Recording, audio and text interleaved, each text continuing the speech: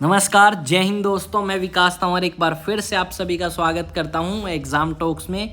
I hope आप सभी काफ़ी अच्छे होंगे और मेरी तरफ से आप सभी को हैप्पी होली। और अब हम स्टार्ट करते हैं आज के इस सेशन को कि ईरान के खिलाफ किस तरीके की साजिशें करी गई हैं। यूनाइटेड नेशन के अंदर एक स्पेशल सेशन या एक स्पेशल मीटिंग बुलाई गई और वहाँ पे 6 कंट्रीज जो हैं वो डोर बंद करके बात करती हैं ईरान के न्यूक्लियर प्रोग्राम के बारे में। उसी चीज़ के बारे में आज हम यहाँ पे डिस्कस करने वाले हैं। और होली है तो भाई थोड़ी बहुत क्रैकर्स की आवाज़ आएगी, तो इसे आपको एडजस्ट करना होगा या थोड़ा सा कॉम्प्रोमाइज़ करना होगा। स्टार्ट करते हैं आज के इस सेशन को। अगर आप देखोगे तो सबसे पहले आपको ये देखना होगा कि ईरान मैप पे कहाँ पे है। तो ईरान अगर आप मैप पे देखोगे तो यहाँ पे आपको ये ईरान नाम की जगह जो है ये दिखेगी। ईरान के आसपास में और भी कंट्रीज़ हैं, ये इराक है, ये सीरिया है और ये तुर्की है। तो ये आप कंट्रीज देख चुके हो कि यहाँ पे ईरान है, यहाँ पे तुर्की है, जो आज के समय में आप कह सकते हो अच्छे दोस्त नहीं रहे। यहाँ पे आप देखोगे तो ईरान का और तुर्की का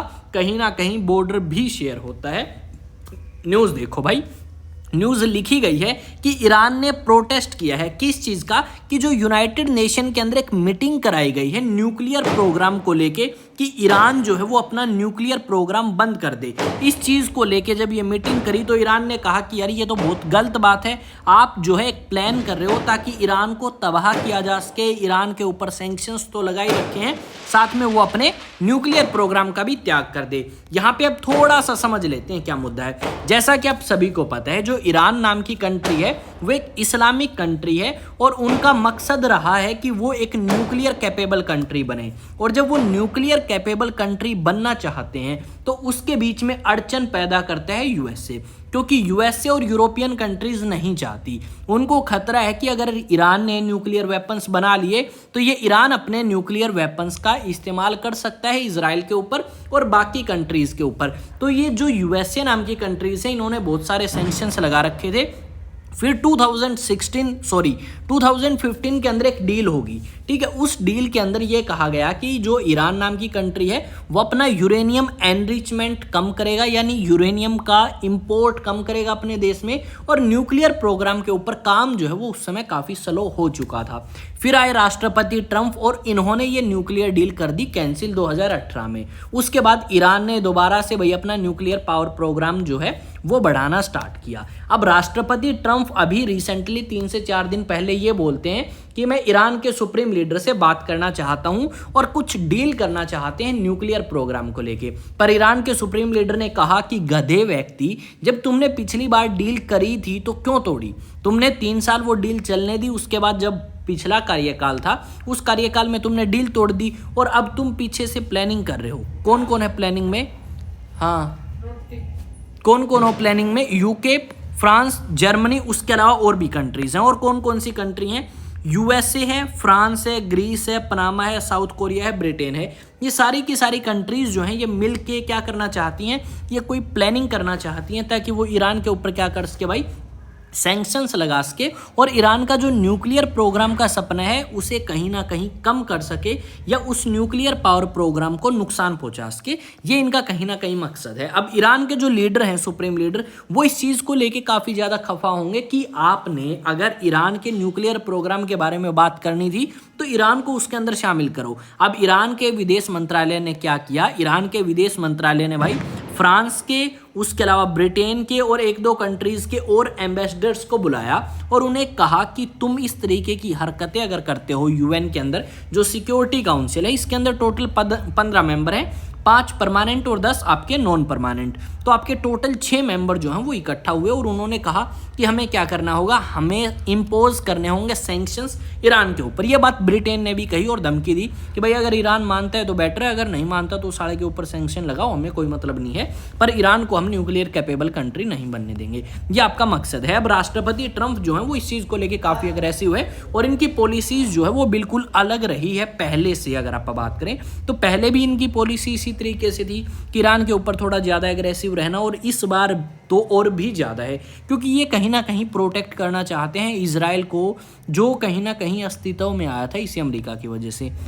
ये सारी चीज़ें हमें यहाँ पे देखने को मिलेगी। अब यहाँ पे ये देखो, Trump wants Iran on nukes. भाई ट्रम्प ने कह दिया कि हम तुम्हें ये न्यूक्लियर पावर प्रोग्राम तो नहीं बनाने देंगे। अब यहाँ पे ट्रम्प अड़चन पैदा करेगा ईरान की मदद, सीरिया की आप कह सकते हो इंटरफेरेंस की वजह से, या फिर आप कह सकते हो भाई तुर्की के इंटरफेरेंस की वजह से। भाई एक बात बता दूं, आज शोर शराबा थोड़ा सा आसपास में ज़्यादा है तो उसको थोड़ा सा इग्नोर करें।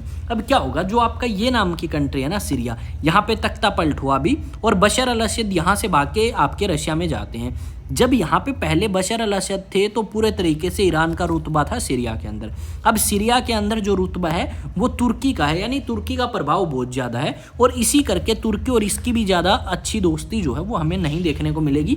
इन दोनों कंट्रीज़ में भी आपस में अनबन या आप कह सकते हो आपसी विवाद जो है समय समय पे देखने को मिलेंगे। ईरान का मानना ये है ये जो तुर्की नाम का देश है ना, इसी ने नाश किया है सारा और इन्होंने अमेरिका की मदद करी और यहाँ पे साथ में HTS संगठन की मदद करी और बशर अल असद जो है वो देश छोड़ के भाग जाते हैं या उन्हें भागना पड़ता है, मजबूर किया तुर्की ने, क्योंकि तुर्की ने HTS की मदद करी, HTS ने अपने भाई कब्जा कर लिया सीरिया के ऊपर और ये चीज़ें यहाँ पे हुई। और अभी रिसेंटली हमने एक न्यूज़ भी कवर करी थी और उसमें बताया था कि किस तरीके से 1000 से ज़्यादा लोग, अभी फिलहाल अगर आप बात करें तो 1500 के आसपास वो नंबर पहुंच चुका है कि आपसी कलेश की वजह से कंट्री के अंदर जो है वो काफ़ी लोग मारे गए। अब यहाँ पे आप देख सकते हो देयर वाज नो टेक्निकल और legal justification for the meeting. ये कह रहे हैं यार किस बात की तुम मीटिंग कर रहे हो, क्यों अपने यहाँ पे टाइम वेस्ट कर रहे हो ईरान को लेके, तुम्हें करना है डायरेक्टली हमारे मुंह पे बोलो। इस तरीके की बातें कहीं ना कहीं कही होंगी इन्होंने और सुनाई होंगी इन दोनों तीनों कंट्रीज़ के एम्बेसडर्स को बुला के कि आराम करो, तुम क्या कर रहे हो, ठीक है, तुम UN के न्यूक्लियर पावर प्रोग्राम को क्या तबाह करना चाहते हो, ख़त्म करना चाहते हो, हमने इतने पैसे लगाए हैं और तुम क्या हो, तुम अपनी मर्जी चला रहे हो, अपनी पावर दिखा रहे हो, साले के मुंह मारेंगे। इस तरीके की बातें इन्होंने कही होगी यहाँ पे डेफिनेटली और ये सारी चीज़ें हुई होंगी। तो मिलेंगे एक नई सेशन में एक नई न्यूज़ नई अपडेट के साथ। पर यहाँ पे एक चीज़ देखो, आज है होली और अगर आप होली दहन देखना चाहते हैं ना, अब क्या करोगे, आप जाओगे एग्ज़ाम टॉक्स शॉर्ट्स के ऊपर और वहाँ पे मैं न्यूज़ एनालिसिस शॉर्ट्स के फॉर्म में लेके आता हूँ और साथ में यहाँ पे अपनी जो डेली लाइफ से रिलेटेड कुछ एक अपडेट्स होती हैं या फिर आप कह सकते हो कुछ शॉर्ट्स जो हैं जो आपके एंटरटेनमेंट के लिए भी होंगी वो मैं अपलोड करता रहता हूँ। आज ही मैंने एक अपलोड करी है, कहीं मैं गया था एक फेयर के अंदर या मेला आप बोल सकते हो, वहाँ पे मैंने बनाई और उसको भी आप देख सकते हैं। जस्ट फॉर फन है वो, वैसे कुछ सीरियस नहीं लेना भाई। और चैनल आपका अपना है, सब्सक्राइब करोगे, सब्सक्राइब करने के बाद क्या करोगे भाई, बेल आइकन को प्रेस करोगे, वीडियो को लाइक कर दो, शेयर कर दो। मिलेंगे नेक्स्ट वीडियो में। जय हिंद, जय भारत। बताओ वीडियो कैसी लगी, जल्दी बताओ। और थोड़ा डिस्टर्बेंस यार आसपास में सॉन्ग भी चल रहे हैं, आई थिंक आप इग्नोर करोगे उन सभी चीज़ों को। पड़ोसी मानते नहीं है भाई, ठीक है, और अभी बजा रखा है उन्होंने तो क्या करें।